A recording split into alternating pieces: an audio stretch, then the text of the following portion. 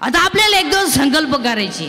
तुम्ही पटलं तर म्हणा, नाही पटलं तर नाही म्हणा, पण चांगलं सांगणं माझं काम आहे. चला, आपला एखादा माणूस मेला की आपण त्याला जाळतो. जाळल्यानंतर आपण काय करतो, त्याची जी राख आहे ती दुसऱ्या दिवशी नदीत टाकतो. तर आजपासून असा संकल्प करायचा की ती राख नदीत नाही टाकायची, घरी घेऊन या, टोकरीमध्ये भरून घरी घेऊन या आणि शेतामध्ये एक खड्डा घ्या आणि त्या खड्ड्यामध्ये ती राख टाका आणि त्या व्यक्तीची आठवण म्हणून त्याच्यावर एक झाड लावा. सगळ्यात कल्याणाचं काम. कारण नदी ही माता आहे. नद्या स्वच्छ ठेवा. आणि आज सगळ्यात दूषित जर काय झालं असेल, नदी आणि पाणी, गॅस्ट्रो, अटॅक, हे जे रोग आहेत, तुम्ही एक अभ्यास करा सगळी एज्युकेटेड लोक, पांढऱ्या पेशी हा आजार पूर्वी नव्हता. मग जुन्या माणसांना पेशी नव्हत्या का? हा नवीन ॲटम आला कुठून? बरं, हा सगळा खेळ कधी झालाय? या आता तांबड्या वाढल्या, पांढऱ्या कमी झाल्या, पांढऱ्या वाढल्या, तांबड्या कमी झाल्या. अरे तू वाढ दे ना, पण गपची बस ना. आता पेशी वाढण्याचं कारण आहे का बरं का एज्युकेटेड लोक? आपण काय करतो, डॉक्टरकडे जातो. आता डॉक्टर काही पहिल्यासारखे हाय ब्रिलियंट नाही. पूर्वी ज्याला जास्त मार्क तो डॉक्टर व्हायचा. आज तसं नाही. आज 48% 48 ओनली. 8 ला घालायच्या लायकीच नाही. त्याचा बाप म्हणला मेडिकलला प्रयत्न करू. तू प्रयत्न नको करू, तो पहिलाच प्रयत्न फेल गेला. आता ते पैशाच्या जोरावर डॉक्टर झालं. कायला माणसं नीट होतील? त्यानं हॉस्पिटल टाकलं. पेशंट गेला, उभ्यानं काही नाही, झोपा आणि झोपलं. तोंड वासवा, दात वासवा, ओढून धरा, सोडा मोकळं, धरा बरं तोडून, सोडा मोकळं, पालते व्हा, उताने व्हा, सरळ व्हा. माया गप्पा काय होतं तुम्हाला? आता एवढा टाइम का व्यायाम चालू होता का काय?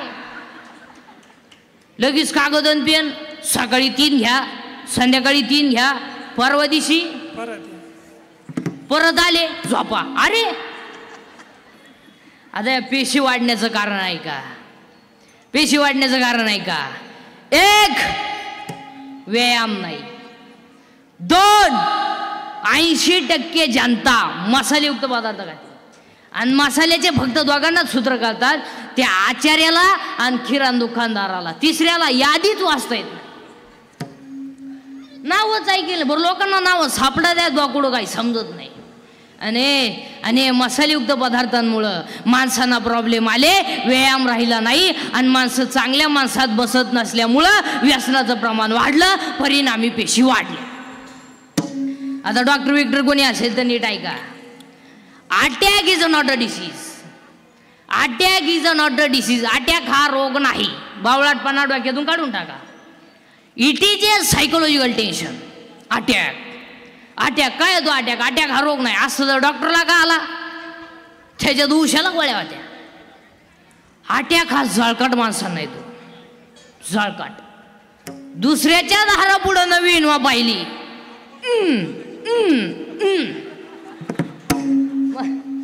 मग बाकीची म्हणली पाहुण्याची जी चायला हे मिळालं ना. हो, आता अटॅक काय येतो त्याची कारण सांगतो आणि त्याच्यावर औषध सांगतो तुम्हाला. आता 1 बोलणं बंद झालं. लोक बोलानाच. प्रत्येक घरात सायलेंट शांतता आहे. 3 खोल्यांमध्ये 3 गेम चालू आहे. एका खोलीत पप्प्याची गेम आहे, एका खोलीत गुड्डीची गेम आहे. या दोघांचं काय चाललंय यांनाच माहिती, पण अख्या खोल्यांमध्ये गेम आहे. पूर्वी एसटीत गारका व्हायचा, अति एसटी आली बी गेली बी, कानात वायरी, नुसतं झोलायचं. अहो, एका बाईनं भात खाल्यावर वरण मागितलं. तिला समजनाच आपण काय खाल्लं. कानात वायरी, नुसतं झोलायचं. अहो काय तर शेडे बाबडीत बसत द्या अंधारात एकटेच. अहो एक तर ज्या गाडीत उतरलं त्याच गाडीत परत चढलं. ते कंडक्टर म्हणले तुम्ही आता तर आले. कानात वायरी, नुसतं झोलायचं. अहो काय ते यशीत बसत कंडक्टर 10 मिनिटं त्याच्या पुढं होता तिकीट काढाय.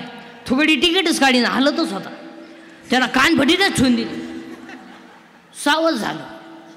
अहो एक तर गायचं दूध काढाय गेलं खानात वायरी, मग बादली तर न्याव का नाही, आखं दूध खाली गेलं. अहो एक तर लवीला गेला आणि फोन आला, मग चेन तो खोला का नाही, चेन सुद्धा खोली नाही, अख्या बुटात पाणी गेलं.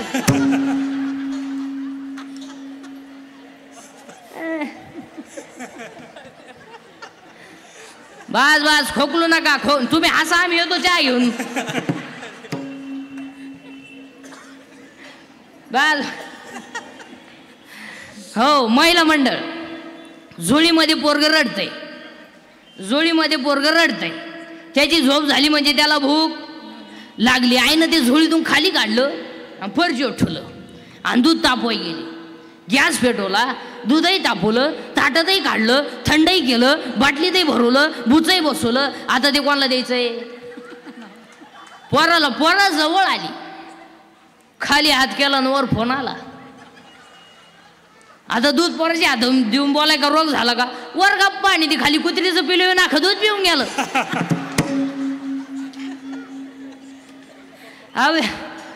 हा विनोद नाही महाराज, हा विनोद नाही महाराज. तुमच्यावर कोणतंही संकट आलं तर कोणापाशी तरी बोलत जा, म्हणजे दुःख हलकं होतं. आणि ह्या मोबाईलमुळं संवाद संपला. माणसाचा सोडा नवरा बायकोचा संपला. अहो एका घाटावर दोघं बोला ना, दोन कोपऱ्यात दोघं, याचा पबजी तिचा टिकटॉक. 4 वर्ष झाले, पाळणा नाही, सुतळी नाही, दोरी नाही. आणि न बोलण्यामुळं माणसाचं मानसिक संतुलन बिघडतं. 1 मोबाईलमुळं माणसं बोलायची बंद झाली. 2 मोबाईलमुळं माणसं एकलकोंडी झाली. एकटीच बसा द्या, येड्या बाबळीत, मोरीत, तुरीत. मग तुरीला शेंगा कोण येणे यंदा? 2 मोबाईलमुळं माणसं एकलकोंडी झाली. 3 मोबाईलमुळं मेंदू खराब झाले. 4 मोबाईलमुळं सांधेदुखी झाली, डोकेदुखी झाली. आणि 5 मोबाईलमुळं दृष्टी गेली, दिसत नाही पोरांना. आणि 8वा मोबाईलमुळं झोप गेली. झोपती नाही. या मोबाईल वापरणाऱ्याची अवलादी नाही, हे झोपती नाही.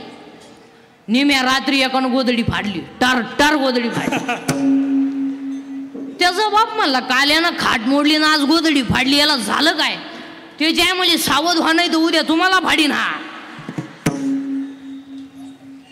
हा विनोद नाही, हा विनोद नाही, हा विनोद नाही. महिला मंडळ एक वाक्य पाय पडून सांगतो. महिला मंडळ मी तुमच्या मुलासारखं आहे. माझं एक वाक्य ऐका. लहानाल्या पोरांना मोबाईल बसून जरा दूर ठुजा.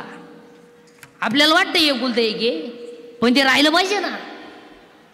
आपल्याला पाणी पाजाय पोर जगलं पाहिजे. 70चं म्हातारं बिन चष्म्याचं वाचित आहे. हे इंग्लिश मिडियमचं उचलून गाडीत बसावं लागत आहे.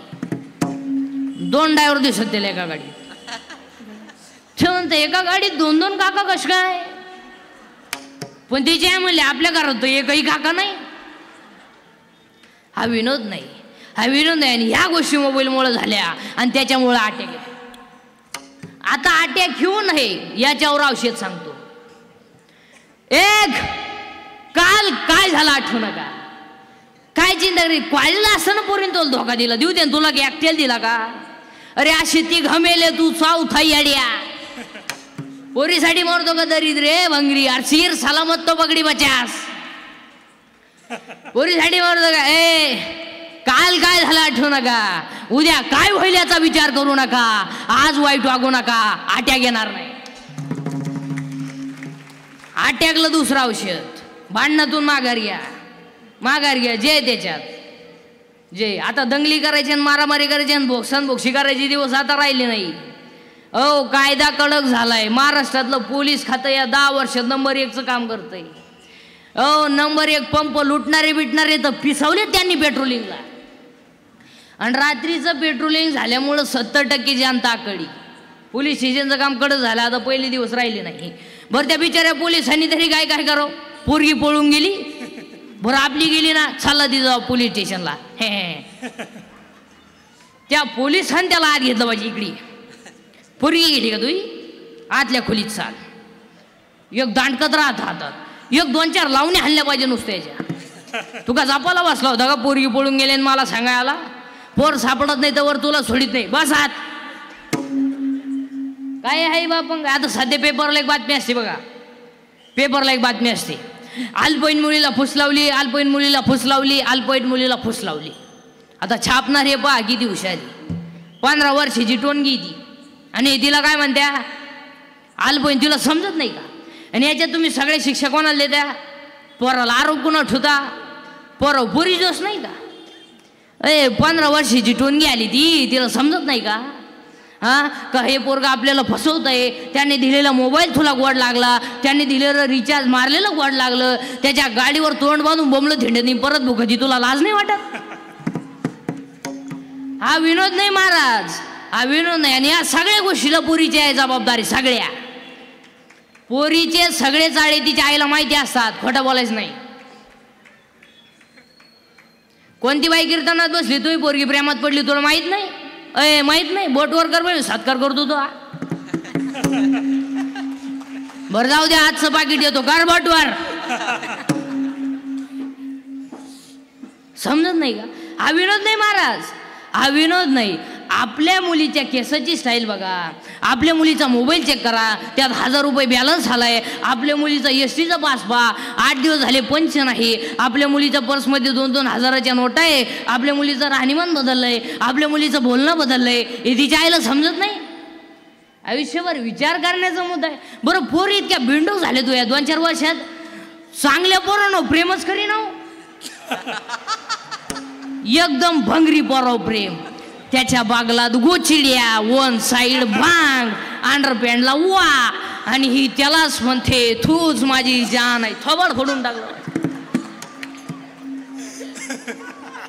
हा विनोद नाही महाराज, हा विनोद नाही. अरे प्रेम करायचं ते ना तर या राष्ट्रावर करा. प्रेम करायचं जर असेल ना मातृभूमीवर करा. प्रेम करायचं जर असेल ना आई बापावर करा. चांबड्यावर प्रेम करू नका, एक दिवस जाळायचंय. प्रेम कधी कोणाकडे मागू नका. आपलं हृदय इतकं मोठं बनवा की जगानं आपलं प्रेम केलं पाहिजे. हम जिएंगे और मरेंगे ए वतन तेरे लिए, आए जान भी देंगे ए वतन तेरे लिए. हाँ तू मेरा कहवा, तू मेरा धर्मा, तू मेरा अभिमान है ए वतन महबूब मेरे. टाळी वाजवा सर्वांनी, वरती हात करून टाळी वाजवायची. ए वतन महबूब मेरे, तुझे पे दिल कुर्बान है. हाँ हम जिएंगे और मरेंगे ए वतन तेरे लिए. दिल दिया है जान भी देंगे ए वतन तेरे लिए. हाँ दिल दिया है जान भी देंगे ए वतन तेरे लिए. भारत माता की, छत्रपती शिवाजी महाराज की, धर्मवीर संभाजी महाराज की. आपण आभार का बरेत काय? अरे 96 कोळी खानदान घराण्यातली माणसं आहे आपण.